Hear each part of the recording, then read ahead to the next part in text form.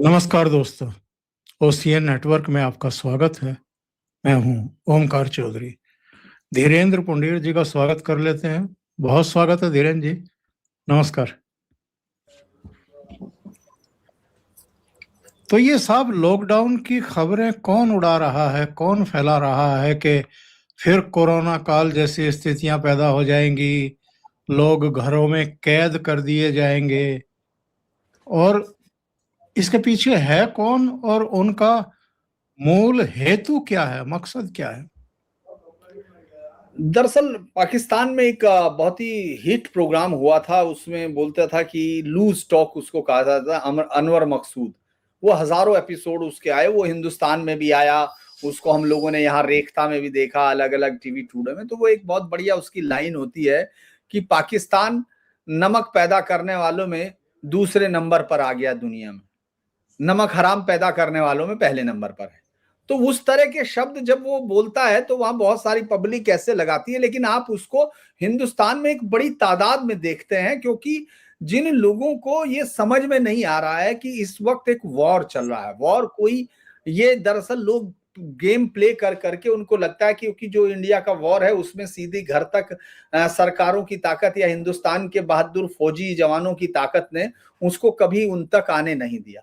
तो वो इसको सिर्फ खेल समझते हैं। उनको लगता है कि सत्ता को हासिल करने के लिए वो कुछ भी कर सकते हैं, देश के प्रधानमंत्री को गालियां दे सकते हैं, उसको विश्व चेला बता सकते हैं, मतलब जो भी मन कर रहा है।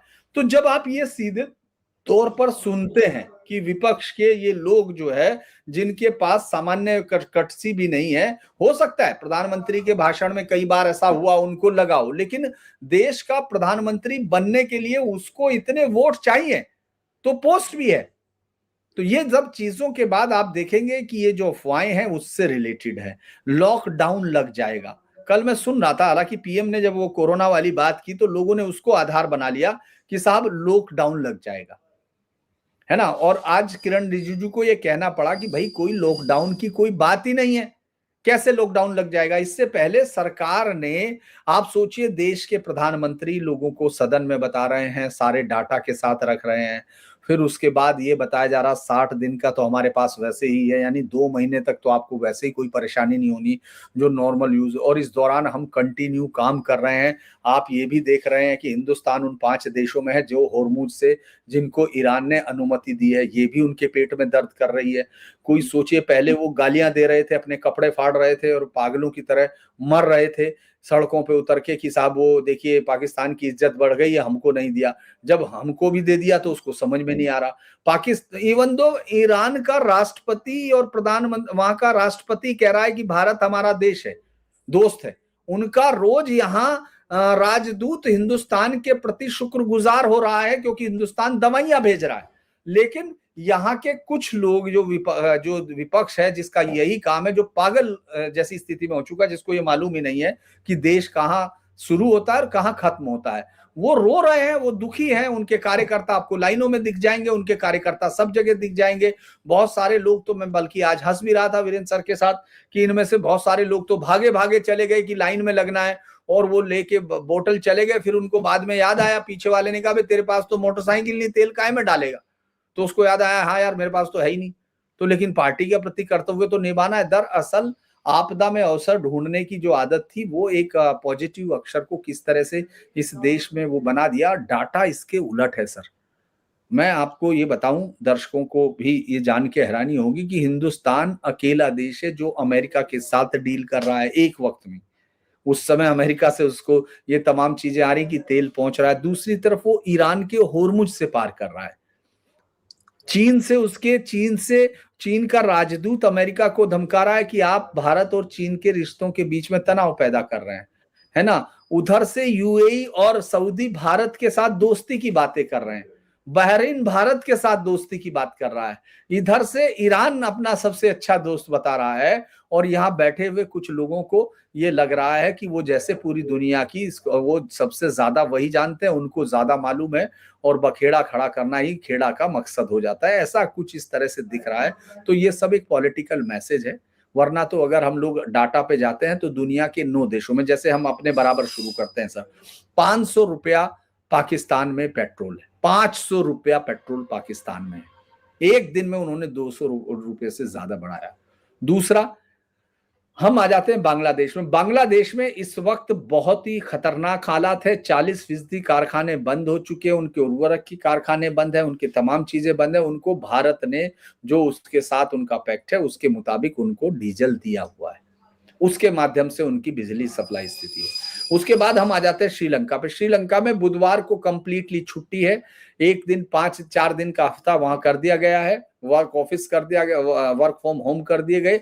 इसके साथ साथ वहां क्यूआर कोड पर लागू करके दिया जा रहा है, हफ्ते में एक कार वाले को 15 लीटर, एक मोटरसाइकिल वाले को 5 लीटर। इसके अलावा वो गिड़गिड़ा रहे हैं कि उनको वो मिल जाए, उर्वरक मिल जाए, क्योंकि वहां बुरा हालत है, वहां की कृषि इस समय बहुत खराब स्थिति में है। इसके बाद हम लोग जो स्लोवेनिया है वहां आपातकाल लागू कर दिया गया। फिलीपींस में आपातकाल 1 साल के लिए लागू कर दिया गया। अलग अलग जगह पर अलग अलग है। हिंदुस्तान अकेला मुल्क है जो ये कह रहा है कि हमारे पास अभी कंप्लीट है और हम कोई भी राशनिंग नहीं कर रहे हैं। पीएनजी पर कुछ नहीं कर रहे हैं। एलएनजी पर दिक्कत है, जो आ रही है, आपने देखा होगा जो फिलिंग गैस है, अगर वो आ भी रही है तो उसको उन्होंने 25 को 35 किया, 35 को अब कुछ लोग कह रहे हैं कि 40-45 कर दिया है। लेकिन वो तब है जब आपके पास सिलेंडर है। तो ये बात तो है, युद्ध तो हो रहा है और आपकी जो है आपके पास वहां से आने के अलावा 40% आज की डेट में भी आपका वहीं से आता था और मुझसे आपने खत्म किया, आपने 63% से उसको नीचे लाई है सरकार। और 27 लोगों से डिसेंट्रलाइजेशन, मतलब आप ये सोच के देखिए कि कैसे इस सरकार ने अपनी डिपेंडेंसी जो है उसको डाइवर्सिफाई किया। 37 जगह से बजाय उसको 41 देशों में बढ़ाया है। तो ये तो दुनिया खतरे में है। हमें वहां जो है कोबरा मीटिंग की गई इंग्लैंड में, जो बहुत ही महामारी या अत्यंत इमरजेंसी हालात में की जाती है। वहां सारे लोगों ने कहा, वहां जमाखोरी विरोधी नियंत्रण शुरू किए गए कंपटीशन के रूल्स के साथ, और पूरे देश में वहां भी स्पेशल बाकायदा प्लान शुरू किए गए ताकि परिवारों को इसके नुकसान से बचाया जा सके। अमेरिका में रेट कम नहीं कर पा रहा है बैंक फेडरल उनका ब्याज दर, और उसने कह दिया कि भूल जाइए अब। तो ये तमाम देशों में हो रहा है।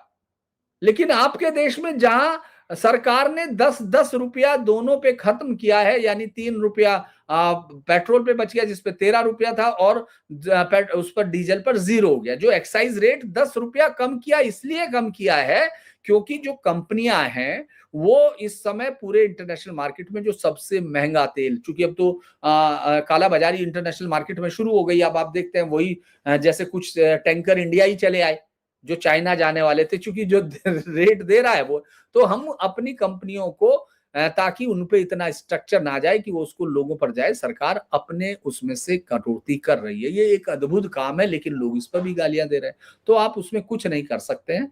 वो निरंतर वो कोशिश कर रहे हैं कि किसी भी तरह से इस देश में लंबी लाइनें लग जाएं, इस देश में लोग सड़कों पे आ जाएं, लोग जो विद्रोह है, दंगा है, वो इस हालात में हो जाए, भले ही कुछ भी हो, भले ही जिहादी यहाँ बैठे हुए इंतजार कर रहे हो, इस देश की पीठ में चाकू घूमने हो। इसी दौरान आप देखेंगे विदेशी जासूसों के नेटवर्क पकड़े गए हैं, यहाँ आईएसआईएस के नेटवर्क पकड़े गए, एक साथ 10 जगह यहाँ वो पकड़े जा रहे हैं। लोग उनकी तरफ ध्यान ना दे, इसलिए ये सब हो रहा है। जी सर।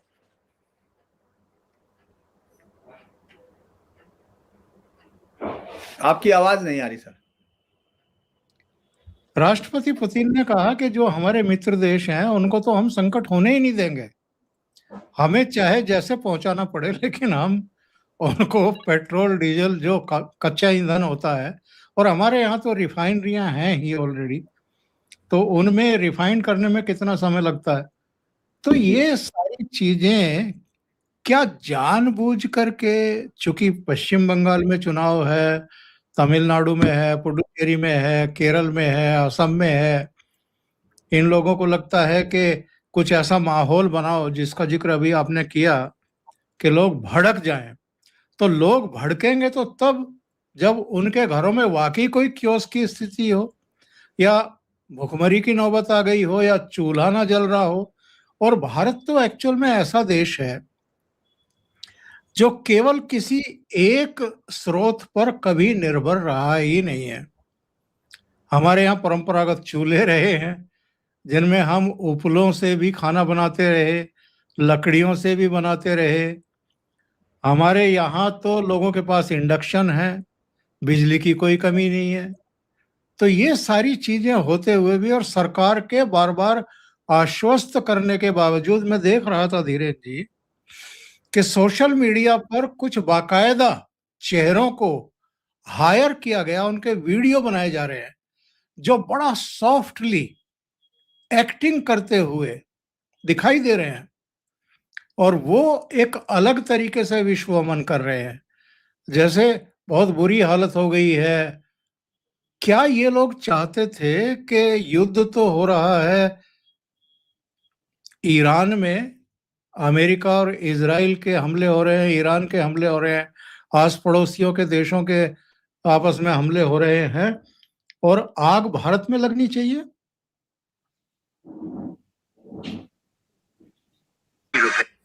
दरअसल पूरी तरह से अगर आप देखेंगे कि ये इस समय विपक्ष जो है इस पूरी हालत में आ चुका है, बिल्कुल एकदम ऐसा लगता ही नहीं है कि वो इस देश में लड़ रहा है। दरअसल कांग्रेस चूंकि एक विदेशी द्वारा स्थापित एक विदेशी आइडिया के साथ बनाई गई सेफ्टी वॉल्व की पार्टी थी, तो उसको ये लग रहा है, मुझे लगता है कि मैंने एक बार शायद पहले भी जिक्र किया था एक फिल्म का जिसमें वान डम को ये लगता है सालों बाद कि उसको ये लगता है कि सेकेंड वर्ल्ड वॉर अभी चल रहा है और उसकी एक रेजिमेंट वॉर छोड़ के भाग आई है, तो वो लिहाजा 2000 सन में उन तमाम लोगों को मर्डर करने लगता है, ढूंढ ढूंढ के मारता है, जबकि 55 साल बीत चुके थे युद्ध को खत्म हुए। कांग्रेस को अचानक याद आया कि ये जो है हिंदुस्तानी लोग इसमें राज कर रहे हैं और ये बहुत खतरनाक बात है, क्योंकि उस पार्टी की स्थापना अंग्रेजों ने की थी, तो अंग्रेजों के लिए की गई थी, तो वो अंग्रेजों के लिए इस देश को वापस उसी तरह के संकट के लिए वो युद्ध कर रही है, उसको ऐसा लग रहा है। वो इस देश की पूरी आबादी से बदला लेना चाहती है जो कांग्रेस को वोट नहीं कर रही है, जिसको ये लगता है कि हिमराज का कटा हुआ सर ले जाना इस देश का अपमान है। वो उनके सर काटना चाहती है क्योंकि वो चाहती है बच्चों के साथ सड़कों पे दंगे हों, लोग मरें। उसके साथ साथ उसका जो चिदम्बरम जैसा गृह मंत्री है जो ये कहता है कि हम क्या कर सकते हैं, अगर नकली नोट छप रहे तो वो दूसरे देश में रुक रहे हैं, अगर 26/11 पे हमला होता है तो वो अमेरिका के सामने जाके बैठ के रोना चाहते हैं कि साहब देखिए, और खुद जाके यहाँ के मंत्री जो है नकली नोटों की वो वहां जाए। मुझे आज भी याद है, मैंने वो स्टोरी की थी, इंटेग्लियो इंक जो कंपनी बनाती थी जो पूरा दोनों देशों को देती थी, जो नोटों की इंक बनाती थी, उसका 250 केजी इंक गायब हो गया था, उस तक की जांचें नहीं हो रही थी, तो वो कहाँ गया होगा? सरकार उसकी जांच क्यों नहीं करती? उसके ईडी में केस दर्ज था, उसके बाद उस पर कुछ नहीं हुआ। बहुत सारे ऐसे पहलू हैं जिनको आप सुनते चले जाएंगे तो दर्शकों को लगेगा कि ये है क्या। वो तमाम लोग इस वक्त इस देश को दंगों में झोंकना चाहते हैं, उनको लगता है कि ये हो क्यों नहीं रहा। वो अलग अलग जगह पर वो लोगों को सड़कों पे उतारते हैं। वो ईरान, दुनिया के किसी भी देश की विधानसभा में ईरान के खamenei को लेकर पोस्टरबाजी नहीं की गई होगी, क्योंकि वो वहां का नेता है। वो हिंदुस्तान की संसद में उसको कैसे, विधानसभा में कैसे उसको याद किया जा सकता है? क्योंकि ये समझने की जरूरत है कि इस देश में अब फिर वापस, ये देखिए अलग अलग जगह है इस वक्त, मणिपुर बॉर्डर पर और विदेश में, वहां एक के बाद एक 6 से ज्यादा यूक्रेनी नागरिक पकड़े गए, अमेरिकन नागरिक पकड़ा गया, जो उस देश के हिस्से में, चूंकि वो शांत था इतने लंबे समय से, आपने देखा होगा नॉर्थ ईस्ट जो है पूरी तरह से अभिन्नता के साथ भारत के हिस्से के तौर पर जिस तरह वो था, अब वो एको प्राण होके आप देख रहे हैं उनके कितने बच्चे इधर उधर तमाम जगह, और एकदम ऐसे लगता था जैसे पार्ट ऑफ वो इस आग को भड़काना चाहते हैं। इसीलिए वो जानबूझ के, पूरी सरकार लगातार इस पे लगी रही, विपक्षी पार्टियां सरकार पर हमला बोलने में कि प्रधानमंत्री मणिपुर नहीं जा रहा, प्रधानमंत्री मणिपुर नहीं जा रहा, जबकि प्रधानमंत्री को मालूम है कि कैसे इस स्टेट को बचाना है। अब ये एक के बाद एक खुल के आ गया कि अमेरिका और तमाम लोग उस क्रिश्चियन डोमिनेंस का फायदा उठाकर उस हिस्से में आग जलाना चाहते हैं। अब आप कश्मीर में उतर जाइए, कश्मीर में एक ऐसे, जब यहाँ 10 लाख हिंदू उनको भगाया गया था, पंडितों को, जब वहां से हत्याएं की गई और वहां रेप किए गए हिंदू लड़कियों के साथ, वहां आरे से आधा आधा चीर के सामूहिक रेप करने के बाद उस लड़की को जिंदा आधे से आरे से चीर दिया गया, गंजू को वो करके गोली मारी गई, इनमें से एक भी मुसलमान नहीं निकला सड़क पे, एक के मुंह से जबान नहीं निकली, और उनके घरों से लूटे गए बर्तन और वो तमाम चीजें वहां देने की कोशिश कर रहे हैं ये सब लोगों को। ये सब चीजें, ये तमाम इसी श्रीनगर में 34-36 साल तक एक शिया की हिम्मत नहीं होती थी कि वो जुलूस निकाल ले, उसकी हिम्मत नहीं होती थी। इस सरकार के समय में आपने जुलूस निकाला, आज वही जो उस पर जुलूस पे पथराव करते थे वो कह रहे कि नहीं खौमेनी आ गया। तो ये सब चीजें आग लगाने, अभी वहां ये इंटेलिजेंस एजेंसी ने इंटेल दिया है कि बरकती ग्रुप की तरह ये रिपीटेबल मनी का फ्लो करना चाहते हैं, ये वापस उसी तरह 370 हटने वाले के बाद से जिस तरह बंद हो गया था, ये उस फंडिंग चैनल को जिंदा रखना चाहते हैं। दरअसल ये सब खेल देश के अलग अलग हिस्सों में, और कांग्रेस इसका फायदा उठाना चाहती है। और आपको मालूम है जिहादी जो इस देश को तोड़ने में, आज से नहीं, जब देश का बंटवारा हुआ उनमें से ज्यादातर हिस्सा यहीं रह गया था, जबकि डाटा ये कहता है 95.5 लोगों को नोट कर लेना चाहिए इस डाटा को, जहां भी है। मुसलमानों ने पाकिस्तान के समर्थन में वोट किया था, उनमें से 5% भी वो लोग नहीं गए थे, वो यहीं रह गए थे। जो ये कहते हैं ना कि सबका खून शामिल है इस मिट्टी में, वो झूठे, और उनकी मक्कारी को उनके मुंह पे बताना चाहिए कि कम से कम तुम्हारे बाप का खून इसमें शामिल नहीं है, क्योंकि वो पाकिस्तान बनाने में शामिल था। तो ये डाटा है, आप डाटा को झुटला नहीं सकते हो। तो ये जो सारी खेल आपको दिख रहे हैं, जो अफवाहें दिख रही हैं, ये इन सब का रूप है। वो सारा सिस्टम आपके खिलाफ खड़ा है, जो इस देश में, जो ऐसे समय में, आप ये सोच के देखिए, प्रधानमंत्री को बुलवाना क्यों चाहते हो भाई तुम? मतलब एक पहला सवाल है, प्रधानमंत्री ईरान पर बोले क्यों? उस वार पे क्यों बोले जिस वार से तुम्हारा कोई मतलब नहीं, तुम्हारा बाप दादा भाई लड़ रहा है ईरान में, अमेरिका से तुम्हारा है। अरे दुनिया में कहा जाता है कि दूसरे की लड़ाई में तुमको क्यों हाथ जोड़ना है? और चलो दोनों सदनों में वो बोल भी दिए, उन्होंने पूरे संकट पर बयान भी दे दिया, भारत की तैयारियों पर भी बयान दे दिया, लोगों को तैयार रहने के लिए भी कह दिया कि भाई अगर कोई ऐसी स्थितियां हों तो आप कोरोना काल की तरह मजबूत बने रहें और तैयार रहें। उस पर भी अफवाहें शुरू हो गई, उस पर लॉकडाउन शुरू कर दिया, उस पर कहते हैं हाँ। लॉकडाउन लगेगा। वो जब तक बोल नहीं रहे थे, बल्कि मैं तो हैरान था, क्योंकि उस आदमी ने जो कर्टसी की जो आखिरी सीमा है, वो पवन खेड़ा या जो भी है, वो आदमी तो मुझे लगता है कि मतलब एज ए पत्रकार मुझे ऐसा शब्द नहीं करना चाहिए, क्योंकि मैं तो दोनों ही पार्टियां कवर करता रहा हूं, लेकिन मैं सोचता हूं कि ये आदमी क्या वाकई मतलब एक वो है जो ये कह रहा है कि उसको आधे घंटे की छूट दे दी उन्होंने बोलने के लिए, जब पीएम नहीं बोल रहा था कि ये बोल नहीं रहा, तेरी हॉटलाइन लगी हुई है। मतलब उस मूर्ख आदमी को नेहरू का जो जोर से पढ़ना चाहिए, जो 1962 के वार में जो उसने अमेरिकन राष्ट्रपति को मदद के लिए लिखा था, उसको ध्यान से पढ़ना चाहिए। जब दंगे होने लगे थे, जब भारत पाकिस्तान का बंटवारा हुआ था, पटेल और वो दोनों मिलके, नेहरू उसके हाथ पकड़ के खड़े हो गए थे माउंटबेटन के कि वापस ले लीजिए देश को। इस तरह के झूठे और मक्कार आदमी के, मतलब आप सोचिए वो क्या शब्द इस्तेमाल कर रहा है, एप्स्टीन की फाइल। अरे इस देश के प्रधानमंत्री पे तुम क्या आरोप लगा रहे हो? दुस्साहस की पराकाष्ठा है। सवाल ये है कि ये जो सोशल मीडिया पर कुछ लोग तलवारें भांज रहे हैं, अफवाहें फैलाना शुरू कर चुके हैं। अभी एक वो कौन सा था, वो 4 PM, उसको तो बंद कर दिया। हाँ, वो अब यूपी और गुजरात अलग अलग तरीके से लाइसेंस लेते हैं ना, वो लाइसेंस लेने की तो जरूरत नहीं होती, यूट्यूब में जैसे कोई भी बना सकता है, तो उसने गुजरात और हाँ हाँ हाँ, तो नहीं, अगर बाज नहीं आएगा तो वो भी बंद होंगे। पर ये जो सोशल मीडिया के जो कथित वीर हैं, इनका भी तो परमानेंट इलाज होना चाहिए धीरेन्द्र जी।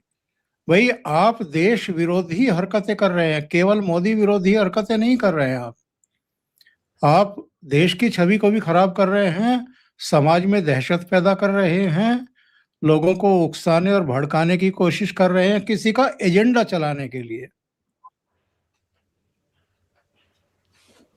देखिए अब ये तो सरकार के ऊपर भी है, सरकार इसका क्या फायदा लेती है। कई बार मुझे लगता है कि सरकार को अपने फैसले हम लोग नहीं जानते हैं, क्योंकि सारी सूचनाएं हमारे पास उस तरह से होती नहीं है। मुझे कई बार ये लगता है, क्योंकि सरकार के पास बहुत फाइलें होती हैं। भाई देश का प्रधानमंत्री अगर है तो वो सिर्फ देश का प्रधानमंत्री नहीं, इस देश का एक ऐसा आदमी है जिसके पास इस देश के खतरों से संबंधित सबसे ज्यादा जानकारी होती है, सबसे ज्यादा जानकारी। जिसको इस देश की तमाम संस्थाएं जो इसीलिए बनी है कि वो इस देश के खतरों के बारे में आगाह करें, तो वो सुबह करती हैं। तो सबसे ज्यादा रिफाइन सूचना अगर इस देश में सबसे ज्यादा ताकत उसके पास ये नहीं है कि वो उसके पास फौज का वो है या वो नहीं, वो इसलिए ताकतवर है इस देश में सबसे ज्यादा क्योंकि इस देश के खतरों के बारे में सबसे ज्यादा जानकारी उसके पास होती है। तो वो फैसले लेते हैं। वो फैसले अच्छे बुरे ये होंगे, ये तो बाद में तय होगा ना। जैसे नेहरू के फैसलों को हम आज कर रहे हैं क्योंकि हमको उनके दुष्परिणाम दिखे। तो जो अगर बाद में इनके फैसलों के दुष्परिणाम हुए तो उस पर जरूर देश अपना फैसला लेगा जिनको दिखेगा।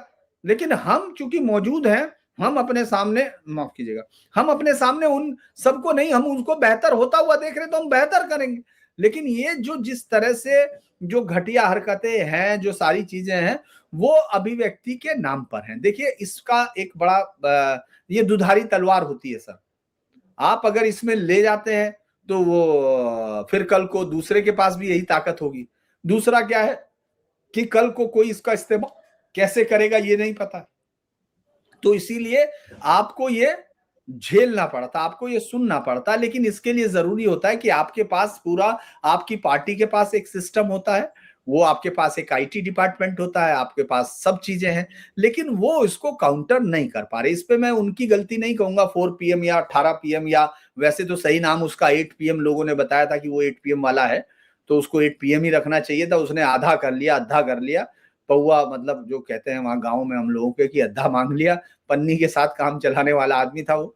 तो लेकिन मुझे लगता है कि कई बार ये एक बड़ी चीज है कि सरकार को ये सब चीजें काउंटर करने के लिए उसके पास अच्छे लोग होने चाहिए, जो इस पूरी सरकार में हमेशा सर्वथा कमी दिखाई देती है, ऐसा मुझे लगता है। हालांकि उनको लग रहा होगा कि उनके पास बहुत अच्छे लोग हैं, तो मुझे नहीं लगता कि अभिव्यक्ति को इस तरह से, हाँ, जहां भी वो षड्यंत्र होता हुआ दिखे, जहां लगे, जहां लीगली आप फ्रेम कर सकते हैं, वहां उनको छोड़ना नहीं चाहिए।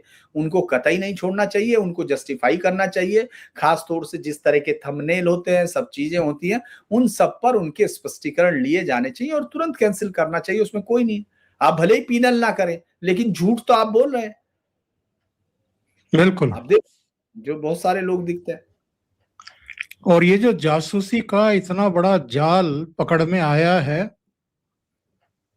क्या है इसके पीछे?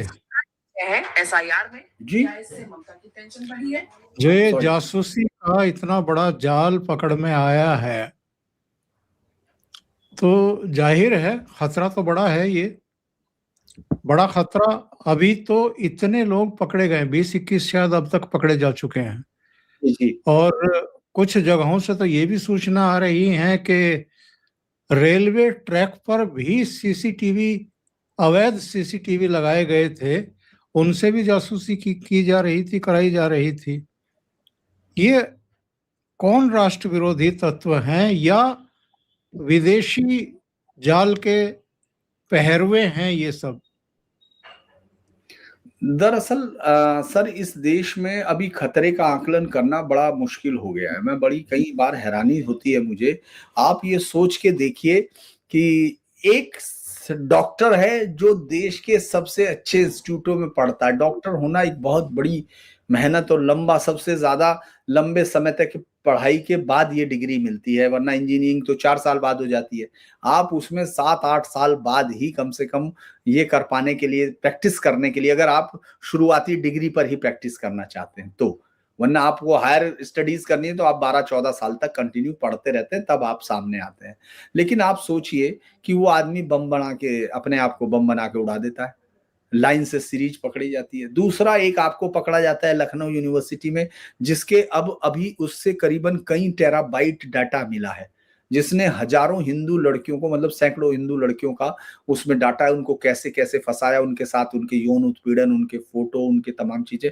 अब वो तो ये तो इस देश में फिल्मों ने कम से कम हिंदू सोसाइटी को, हिंदू फैमिली स्ट्रक्चर को तोड़ ही दिया, जिसको उसकी ज्यादातर बच्चियों को वो फंसाने में कैसे, मतलब ये सोचने की जरूरत है। उस पर खैर कभी बड़ी लंबी बातचीत होगी, आज तो इतना नहीं है। लेकिन आप ये सोच के देखिए कि वो जो आदमी है, वो डाकू, वो भी वहां पड़ा, उसका बाप पहले से ही कन्वर्टेड कर रहा था। और उसके बाद फिर आप आ जाते हैं छांगुर पे, जो छांगुर एक दलाल वो बेचता था अंगूठी, वो सब सैकड़ों हजारों लड़कियों को वो कर रहा है। ये सब चीजें एक साथ चल रही है। इसके बाद आप देखते हैं तो आपको हथियारों का गैंग मिलता है, जो हथियार पाकिस्तान से लाए जा रहे हैं। तीसरी तरफ आपको एक दिन अचानक पता चलता है कि एक बाइक ठीक कराते वाले की दुकान पे एक कह रहा है कि भाई कैसा चल रहा है बातचीत में, तो कह रहा है कुछ नहीं यार, फोटो खींचने और कैमरे लगाने, और क्या है, पैसे आ रहे हैं। वो तो अच्छा हुआ कि उस वक्त कोई इस तरह का बीट कांस्टेबल बैठा था जिसने इस बात को समझा, उसने अपने अधिकारी को बताया, अधिकारियों ने कहा भाई उठा के देखो कौन है। उठाया गया, पूछा गया, भाई तो उनको भी पता नहीं था। और जब तक जांच एजेंसियों को, केंद्रीय जांच एजेंसियों को पता चला तो उनके भी पैरों के नीचे जमीन खिसक गई। वो हिंदू लड़कों को हायर कर रहे थे। इतनी बड़ी चीज हो रही थी। आप सोचिए, एक उसमें लड़की शामिल है, एक वो तमाम लोग शामिल है। वो क्या कर रहे हैं कि साहब जाइए, हिंदू लड़के कुछ नशेड़ी, भंगेड़ी, गंजेड़ी, उन सबको इकट्ठा कीजिए, और या कुछ शूटर, पब्लिक जो क्रिमिनल एलिमेंट है उसको इकट्ठा कीजिए और उन सबको भेज दीजिए, उनसे लगवाइए। इस देश की सबसे ज्यादा जो सेंसिटिव जो स्टेशन है उन सब पर जो रैकी है, यानी आप सोचिए इस देश के उद्योगपतियों की रैकी की जा रही है। आप ये सोचिए कि आपके देश में खतरा कितना बड़ा है। आप सिर्फ इस लेवल से सोचिए कि मतलब जांच एजेंसियों ने कहा इससे सोफिस्टिकेटेड आज तक मिला नहीं, और जो लोग हैं वो करने वाले उसमें नाबालिग हैं, और या हिंदू लड़कों को भी शामिल किया। गैंग उसका मुस्लिम ही है, सब चीजें वो कर रहा है, वो जिहादी, लेकिन उसमें इस्तेमाल कर रहा है लोकल ताकि उनपे शक कम हो। क्या कर रहे थे आप सोचिए कि नई दिल्ली और दिल्ली डिफेंस कॉलोनी, मतलब उसका डिफेंस एरिया का रक्षा, उसका कैंट का, आप सोचिए रियल टाइम पे वो जानकारी पाकिस्तान वाला आराम से देख रहा है। क्योंकि उसमें दरअसल मैंने तो इंस्टिंग ऑपरेशंस में भी हम लोगों का सबसे पहला शक ये होता था, मतलब जो सबसे पहली डिमांड होती थी जब हम लोग स्पाई कैमरा खरीदते थे कि भाई इसका जो कनेक्शन है, सोर्स, वो कब तक चलेगा। ये सबसे पहला सवाल होता था। तो बताता था अब इतने घंटे, उसके बाद उसको चार्ज करना पड़ेगा या उसको बैटरी चेंज करनी होगी। इन लोगों ने उस हल कितना बड़ा किया कि वो जाके उसमें उसको उससे दे दी, सौर ऊर्जा से, सोलर से, और नीचे कैमरा लगा दिया। और लगाने कौन गया? हिंदू चला गया। तो सवाल पूछने की जरूरत ही नहीं। अब किसी आदमी को यहाँ कोई पूछ ही नहीं रहा किसी को। ये आप जो सोच सकते हैं उससे कहीं बड़े लेवल पर इस समय इस देश में ये खतरा है। जिहाद जो है इस देश को अंदर अंदर खोखला कर रहा है, वो देश की बच्चियों को, ताकि आने वाली जनरेशंस को नष्ट कर सकें। उसके बाद वो लड़कों को उनसे पैसे देकर, उसके बाद उनकी लड़कियां ये कर रही हैं। तो ये पूरे लेवल पे चल रहा है। तो आप ये सोच के देखिए खतरा, ये जासूसी गैंग तो इतना ज्यादा, मतलब आप ये सोचिए इतना मूर्ख, जितने छोटे लेवल, 30 लाख रुपए में ये पूरा ऑपरेशन उन्होंने अंजाम दे दिया, जो पूरी दुनिया में 300 करोड़ रुपए में भी उनको सूचना हासिल ना होती। वो लाइव टाइम पे देख रहे थे, पठानकोट से लेके तमाम जगह पर बहुत सारे सेंसिटिव स्टेशन पर वो लोग थे, बहुत सारे सोनीपत भी शामिल है। जी। तो ये सब चीजें खतरे की तरफ है। बिल्कुल सही आप कह रहे हैं धीरेन जी। ये जान करके और भी दुख होता है कि ये सब घटनाएं ऐसे समय हो रही हैं जब हमारा विपक्ष जिम्मेदारी का व्यवहार नहीं कर रहा है, एक गैर जिम्मेदाराना पूर्ण हरकतें कर रहा है लगातार, और वो देश विरोधियों के साथ और कई बार तो पाकिस्तान के साथ भी खड़ा हुआ दिखाई देता है। वरना हमारे यहाँ के बॉलीवुड को देख लीजिए, सो कॉल्ड बड़े बड़े नाम धुरंधर जैसी फिल्मों का समर्थन करना तो छोड़ दीजिए, जिन एक्टर्स ने उसमें एक्टिंग की है, बेहतरीन एक्टिंग की है, उनकी प्रशंसा के लिए भी उनकी जबान नहीं खुल रही है। तो ये लोग अगर पाकिस्तान के साथ या दाऊद गैंग के साथ नहीं खड़े हुए हैं तो फिर क्या कहा जाए इसमें? देखिए अभी बासित अली जो वो पाकिस्तान का राजदूत यहाँ रहा था, उसके अब्दुल बासित मैंने बहुत सारे वीडियो फोटो दिखाए थे जो उसकी साइट पे पड़े हैं। इस देश के हुज एंड हुज के साथ खड़े हैं। लेकिन उसका एक इंटरव्यू बड़ा इंटरेस्टिंग था, और वो धुरंधर के लिए उसने स्क्रिप्ट लिखी, वो है शोभा डे। जिस औरत ने कश्मीर पे उसके कहने पे लिखा, वो किस बात से उसके साथ प्रेरित हुई थी ये तो वही बताएगी, क्योंकि वो लिप लॉक और ये तमाम चीजें बताने में, बहुत इस तरह की चीजें लिखने में उसको बड़ा मजा आता है। तो वो उसको बताएगी किस चीज ने अब्दुल बासित ने किस चीज से उससे लिखवाया, कितना पैसा दिया या क्या किया, अब्दुल बासित ने वो नहीं बताया। लेकिन उसने ये बताया कि शोभा डेज से वो लिखने को तैयार हो गई थी, उसमें लास्ट में लाइन डाली कश्मीर की, उसके कहने पर डाली। ये वो कह रहा है और लेख में है, और शोभा डे उसके इनकार नहीं कर रही, क्योंकि उस समय दिख रहा बुरहान वानी पे उस वक्त कौन लिख सकता था, आप ये सोच के देखिए। वो लिखती है, अर्जुन रामपाल जब वो लेता है तो वो भारत माता की जय कर देता है, तो वो उसको हिंदू एडलिट करती है। आप सोच के देखिए, वो औरत कभी नहीं लिखती है कि 3 खान जो लोग हैं, गैंग हैं, जो मैं तो उनको खनानी गैंग ही मानता हूं, आमिर खान, सलमान खान या शाहरुख खान, वो लोगों को जब इस मुंबईया फिल्म इंडस्ट्री पर, जिसका हिंदू सबसे ज्यादा जिस देश में है, उस देश की इंडस्ट्री पे खान मुसलमान है, लिखने वाले मुसलमान, फिल्म बनाने वाला मुसलमान, कोरियोग्राफर मुसलमान, हीरो मुसलमान, डिस्ट्रीब्यूटर मुसलमान, और उसके पैसे कमाने वाले मुसलमान, उसमें जिस आइडियोलॉजी को बढ़ावा दिया जा रहा, हत्यारों को गौरवान्वित किया जा रहा, वो सब मुसलमान। और उसके बावजूद कभी किसी ने ये नहीं कहा कि इस फिल्म इंडस्ट्री पे मुसलमानों का कब्जा हो गया। लेकिन एक फिल्म आती है, वो ये कहती है कि साहब असली दिखा रहा है, वो तो असलियत है, उसमें तो एक भी झूठ नहीं, सारी घटनाएं असली हैं, घटनाएं असली हैं, और जितनी छूट ले जानी वो ले सकता है भाई। वो तो यार, जब ये पठान को, मैं राधिका आप्टे जैसी औरतों को देखता हूँ, जिन लोगों को, मतलब मैं शब्दों का बहुत ही वो करता हूँ, संयम बरतता हूँ, लेकिन कई बार हो जाता है।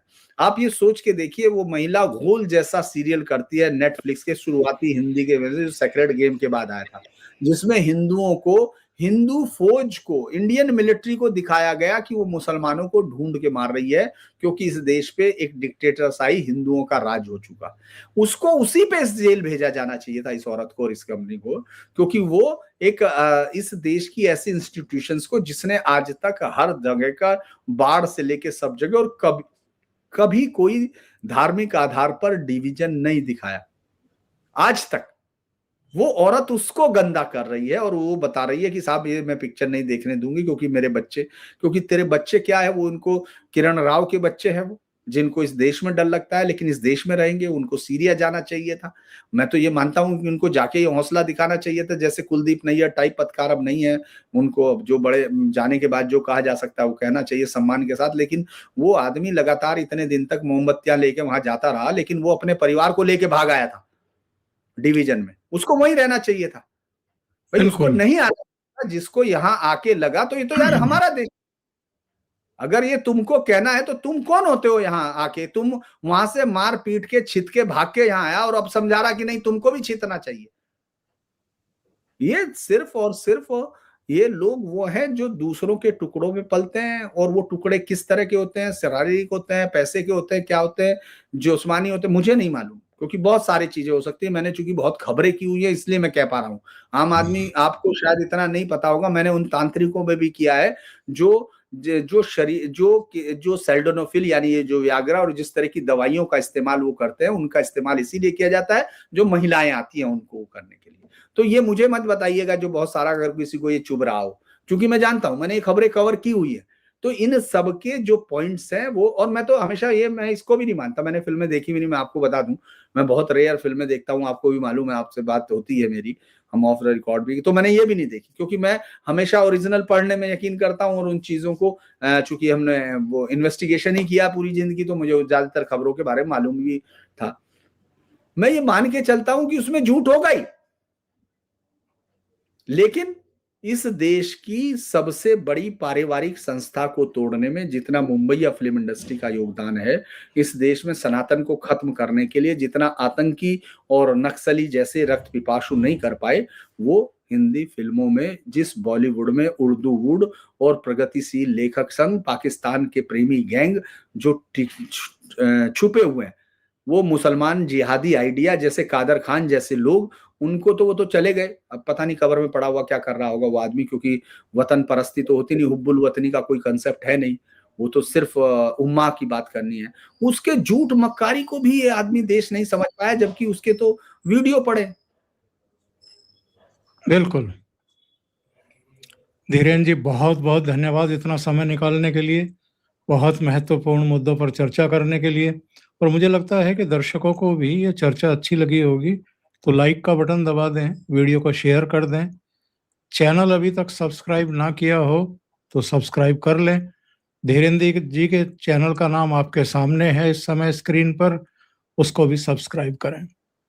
बहुत बहुत धन्यवाद धीरेन्द्र जी, थैंक यू सो मच, नमस्कार।